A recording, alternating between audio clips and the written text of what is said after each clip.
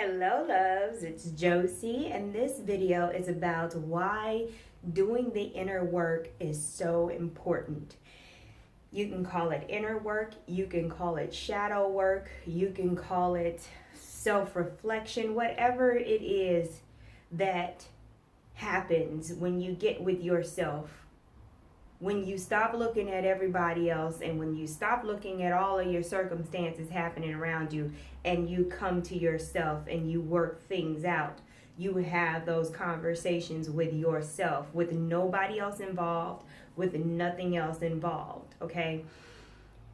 Inner work is very, very important. No matter how much guidance you receive, no matter how much you want to blame someone, blame your circumstances, no matter how much of a victim you've been made your whole life, okay? The inner work is still very, very, very important, okay?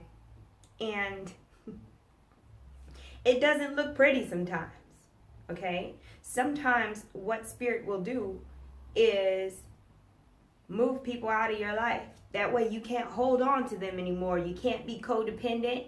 You're sad. You know, this happened in your life, that happened in your life, and there's crickets. There's nobody around. That is a telltale sign that it's time for you to go into solitude and do some inner work. When you're what I call reaching based off of an emotional need, an emotional crisis of some sort, dark night of the soul, okay? And you start to reach, you're calling people, and then you're just getting more and more pissed off because nobody seems to be available. And you feel like people are ignoring you, and the snowball just goes and goes and goes, okay? Those are all telltale signs that you need to go within. And by go within, it doesn't necessarily have to be, oh, let's fast, let's meditate, you know, let's go on this specific diet, or let's start exercising. It looks how it looks for you, okay? However your conversation with yourself looks, that's how it looks. And that's how it works for you, okay? If it means that you pick up a new hobby and start painting, then that's what it means. You know, however that looks. Going within does not have to be a religious process. It doesn't have to be a practice that you start doing, you know, none of that. It can just be you avoiding people or accepting the fact that people are not avoiding you. Spirit just has you blocked from being able to reach out to them because they want you to reach out to yourself, okay? What happens in a lot of situations, okay, a lot of situations, we get resentful, we get angry when we're reaching and no one seems to be responding, or we get negative responses because at that point, a lot of you are getting the truth, and you're getting the truth without tact. You're being told about yourself and you don't like it because you're still there in victim mode, but you don't realize you agreed to be there because you joined with the energy. Oh, my life is falling apart. I agree with that, so I'm going to start acting like my life is falling apart. Do you see what I mean? It's really the way you think. And when your heart and your mind are not aligned, that's when Spirit's like, hold up. We need to come back together. That way we can focus.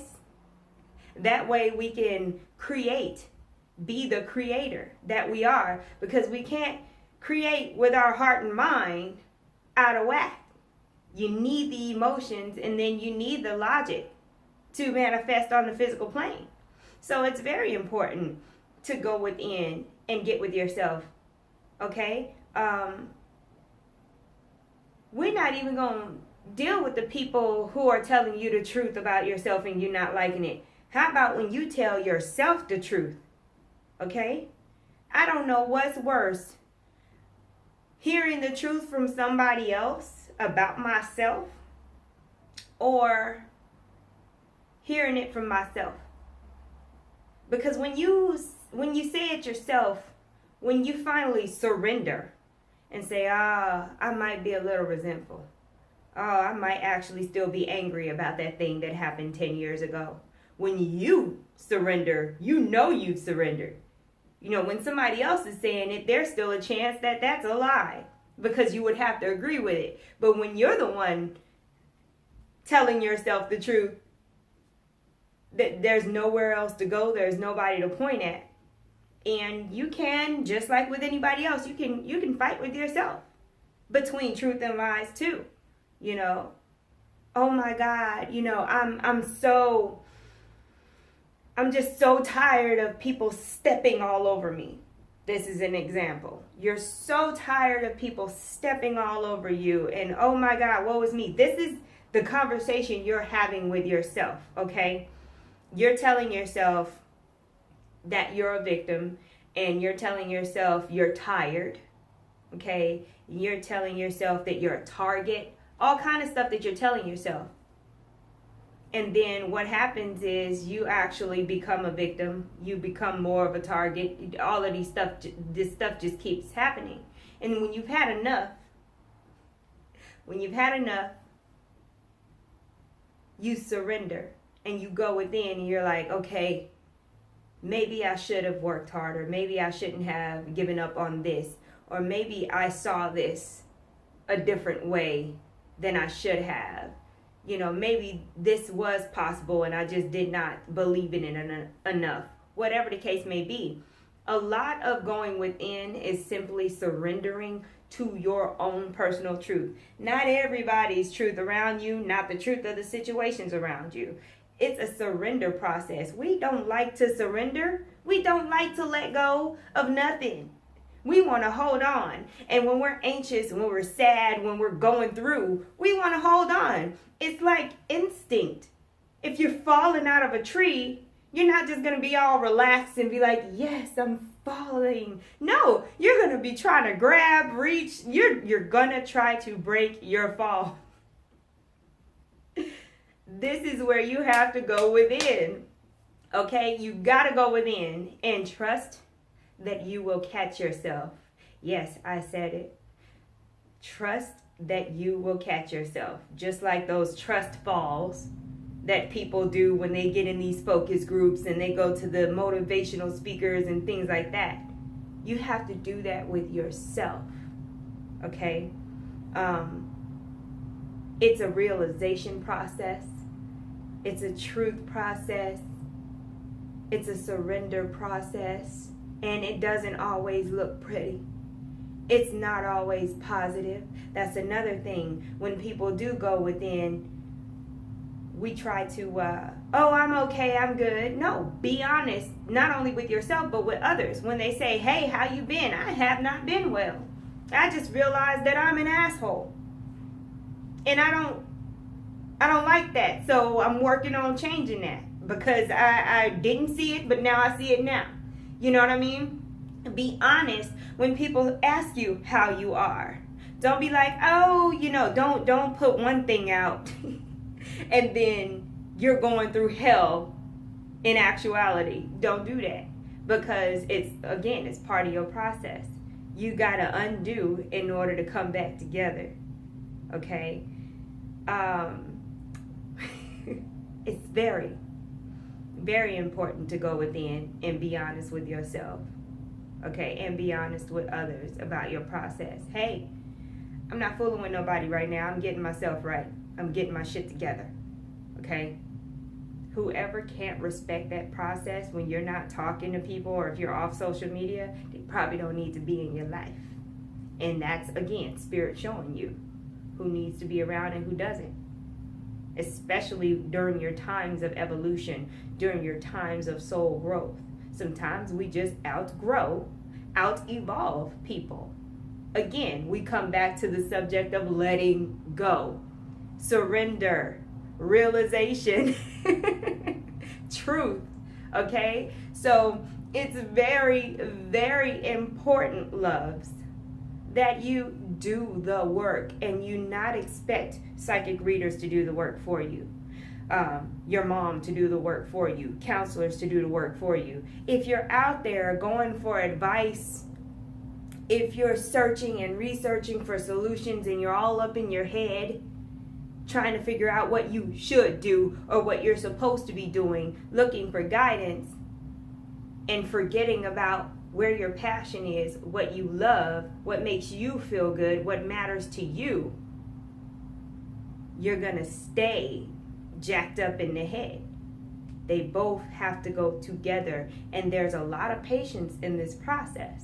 A lot of patience in this process. You got to be patient with yourself and love yourself as if you were yourself as a child. You've got to tell yourself things like, you know what? It's okay. It is totally okay that I made this mistake, even as an adult. It's okay. Because I learned what not to do. And I can move forward with that wisdom. Instead of, oh my God, I failed. People think this about me. They only think that about you because you think it about you. Okay? We love to make up thoughts for other people. We do. I know I do it. You know, a lot of this stuff I'm talking about, I've gone through it and I go through it. So, man, that inner work, it looks like you talking to yourself when you're in the kitchen. You're narrating your every move because you're trying to focus. You know, a lot of it is to reach mindfulness. I do it all the time. I'm in the kitchen. I've got like 4 pots going, okay? I'm chopping stuff. I'm trying to figure out what needs to happen before the next thing needs to happen so the recipe comes out right. And I'm like, Josie, we're not doing this right now. We are doing that. Just like you would a child. No, we can't do that right now. We're doing this. And then we're going to get to that. You have to do that to yourself when you've come undone. Because that is you putting yourself back together. That's what tells you you're ungrounded. That's what tells you you're too stressed out. You've got anxiety. You are just not at home in your body. And yes, of course, you can go do grounding. There's lots of ways you can ground yourself.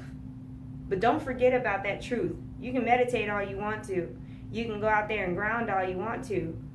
But eventually, you're going to have to hear yourself. Something got you ungrounded in the first place.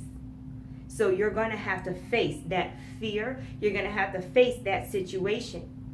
That one phone call. You were fine. You were grounded. You felt good in your body. You were happy. You were positive and productive. That phone call happened. Now you're like, oh my God, the unknown. I don't know. Oh my God, everything. And you're making up all these thoughts in your head about what could happen, what could be, what did happen, all of this stuff. And you're outside of yourself, okay? So if it takes for you to talk to yourself, to narrate your every move, to ground, to go exercise, to clean your apartment, whatever it is that you need to do, paint, sing, draw, to come back into yourself, that's what you need to do. The phone call brought you out of yourself and into that situation.